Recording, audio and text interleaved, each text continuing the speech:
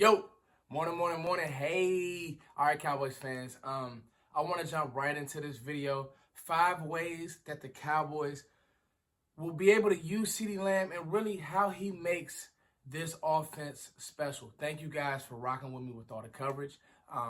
I've been telling you guys that, first of all, I'm proud of the way this team drafted. But second of all, I'm going to be pushing out content because there's a new excitement around Cowboys, around this Cowboys just family.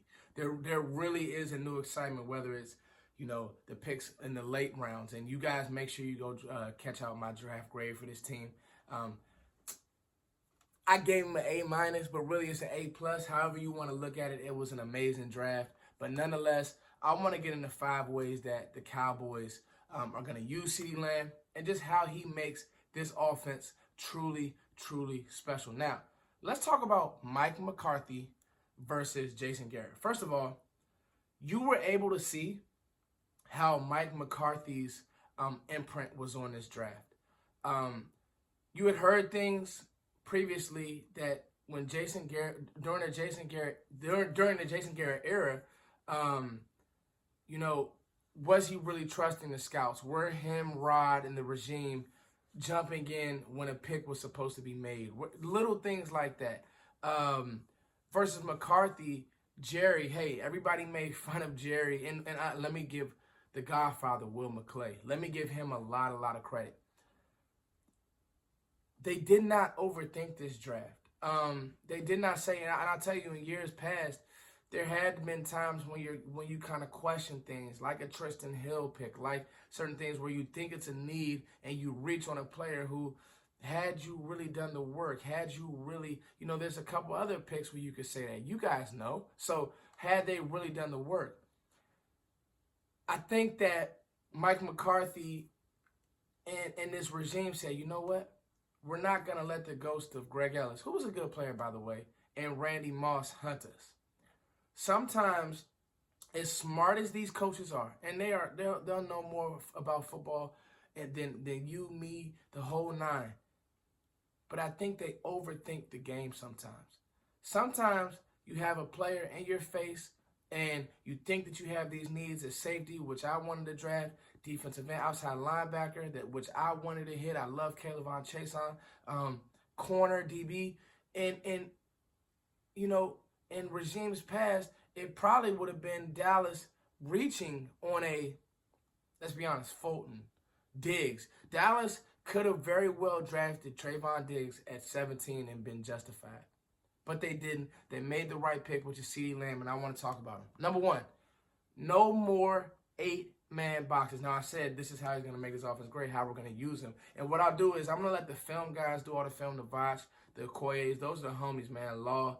I'm just going to give ideas, and I'll put some printouts on the screen of some formational stuff, some ways that he's used motion-wise, where he's lined up, which is all over the formation, which is what I love. But right now, I just want to talk about no more 8-man boxes.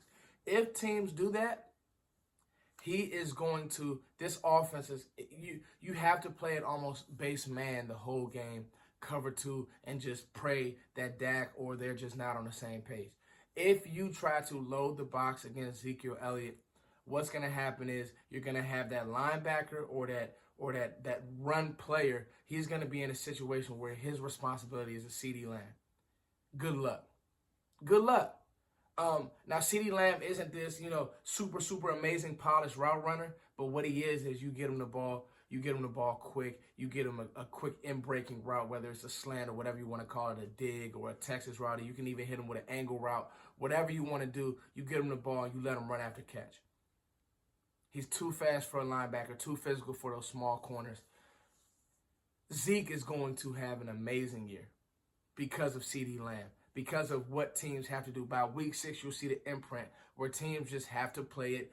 They're really in a lot of stress. Number 2, he can play the slot, and I'm going to put a picture up so you can see where he's at in the slot. Now, he can play the slot. What I like to do with him in the slot is I like him on long intermediate go in breaking stuff where you can kind of get him the ball, let him go up and be a basketball player. Or I would like to get him the ball very, very quick in the slot. Like I just said in the first reason, he's so violent after the catch.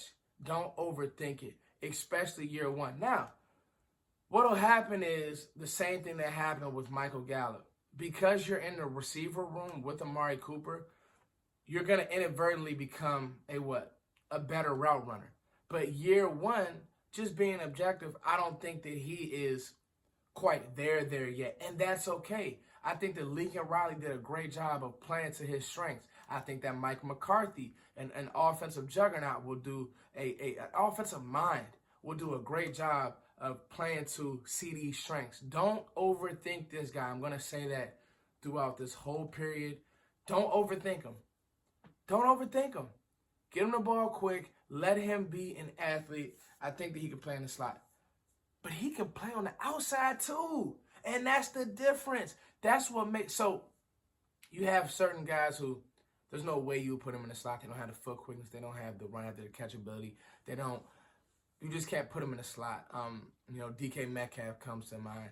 When he was drafted last year, Courtland Sutton, they kind of are what they are. They can play outside. They can't come inside. That's just what they are. They take too long. They're kind of lumbering. Take a while to get going players. That ain't Cee Dee. Cee Dee. TD. That's not him, y'all. Cee Dee has the innate ability to battle corners. Go watch film. Okay, go watch the Texas game. You try to press him. Don't watch the Texas game for press. You really want to watch the LSU game for some press stuff. And he got his man late. Just the problem is they were out of the game. But the Texas game, when he's off and they try to do these things and get physical with him, it ain't gonna work. It ain't gonna work. Now, what you worry about with him on the outside is a DB that's a flat out technician with good feet and good hands. If you're physical but you can't run, Cee Dee gonna burn you up. But what you worry about with him is if you're a technician, kind of like a Byron Jones, but that's fine. You're going to take your chances with a guy who's going to fight at the catch point. He had the best hands of the big three. So he didn't have as many drops as Judy. He didn't have as many drops as Ruggs. He had the best hands of the big three. So he could play on the outside. He could play on the inside. And I think year one, everybody gives him DeAndre Hopkins. I see more Steve Smith, like a taller version with more bunnies. I see Steve Smith. That's me. A guy who was just a feisty competitor. I think you're bringing this guy in. My cousin coached him at a Nike Elite camp. You're bringing this guy in just to be a competitor every down, and that his attitude will kind of permeate in this locker room, man. And everybody will compete after the catch. Everybody will make plays. So he can play outside, and he can play, well outside. The red zone is where him and Dak have to make their money. Number 4, use him in the red zone. Lob the ball up. Let him high point the ball. There's going to be times where you're in a dogfight of a game. The run game isn't working. You need a touchdown. 14 touchdowns last year at Oklahoma. 1,300 yards. You see him, though he's not a 6'4", rebounder type of receiver, you see him go up and get it. Let him do that. Give him a chance. Give him a good ball. I think you can do that with 2 players on this team now. You can do it with Gallup, and you can do it with Cee Dee Lamb. And teams don't have enough. They don't have enough DBs to guard these types of receivers. They just don't. You got to have a special DB. Teams are lucky to have 1. We got 2, and we got the one. I got Amari Cooper as a top 3 route runner in the NFL. I think it's Keenan Allen. I think it's Amari Cooper, and whoever else you want to run in there. I know AB was a really good route runner. There's a couple others, but I think that Amari Cooper is a top 3 route runner in the NFL. I just do Stephon Diggs. So it's really pick your poison. And like I said, with him playing on the outside, with him doing those things, Amari Cooper can kick in the slot. Hell, Michael Gallup, a big slot. That's where you use him on those intermediate goals. On those, you could use Gallup on those skinny posts, because once he gets inside of those DBs, once his body is contorted inside of those DBs because he's so tall and aggressive, the positioning. So those are the 4 ways. Also can be used as a punt returner. Also, I'm gonna show a clip of this, a video of this, where I love when they use this little motion. It's almost like a wing T type motion, and they do different things to get him the ball in space. I love that as well. Send him on jet sweep type motion. Use him as a punt returner.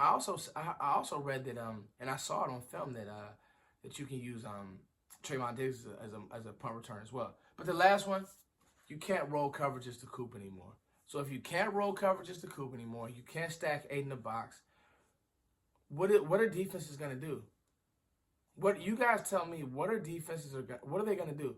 So Coop will still get the brunt of the respect until about week 7, week 8, when you start to see like, oh, Cee Dee Lamb is really starting to get going. I think the best thing that happened to Cee Dee Lamb is that he doesn't have to be a true one or a true just boom pick week 1. Doesn't have to.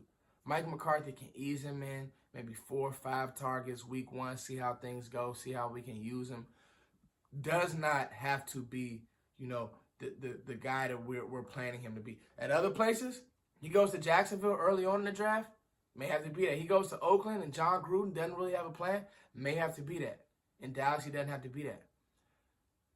The use of the tight end for this team may change. Who cares? If you have 3 possible 1K guys, who cares? You don't have to use a lumbering tight end. If you want to just bring a tight end in on different downs to run block, bring him in to do that. That's fine. But you want to bring in Schultz to seal the edge or whatever, but he doesn't.